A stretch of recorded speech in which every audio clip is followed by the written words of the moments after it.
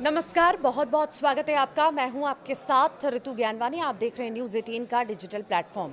पाकिस्तान और तालिबान के बीच सीज़फायर का ऐलान हो गया है, लेकिन इसके पीछे पाकिस्तान का सरेंडर है। सिर्फ 8 घंटों में तालिबान लड़ाकों ने ऐसा जवाब दिया कि पाकिस्तानी सेना घुटने टेकने पर मजबूर हो गई। इसे कहते हैं नहले पर दहला।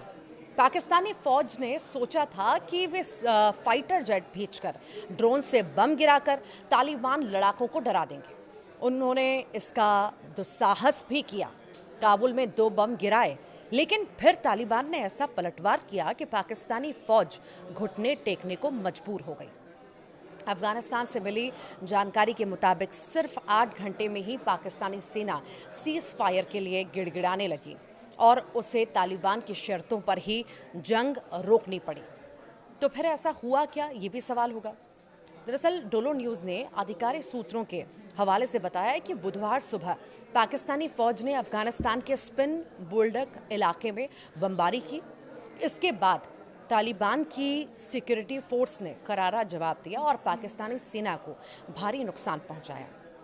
सूत्रों के मुताबिक पाकिस्तानी सैनिकों के शव युद्ध क्षेत्र में ही पड़े रहे और कुछ को जीवित पकड़ लिया गया। इसके बाद पाकिस्तानी सरकार ने अलग अलग माध्यमों से तालिबान के साथ सीज फायर की गुहार लगाई। क्या लगाई है आखिर शर्तें, ये भी जानना ज़रूरी है। पहले तो तालिबान ने पाकिस्तानी फौज का अनुरोध ठुकरा दिया, लेकिन बाद में बार बार अनुरोध करने पर उनकी बात मान ली गई।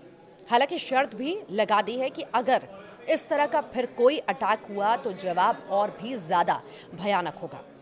अब पाकिस्तान ने आधिकारिक तौर पर 48 घंटे का सीज फायर मांगा है, जिसे तालिबान सरकार ने स्वीकार भी कर लिया है।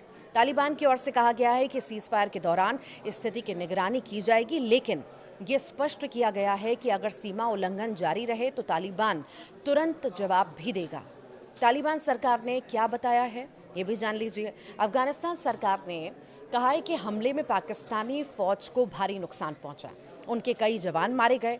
पाकिस्तानी फौज सैनिकों की डेड बॉडी छोड़कर भाग खड़े हुए। कई सैनिक हमारी हिरासत में भी हैं। पाकिस्तान की सरकार बार बार हमारे संपर्क में है और सैनिकों को वापस देने की गुहार भी लगा रही है।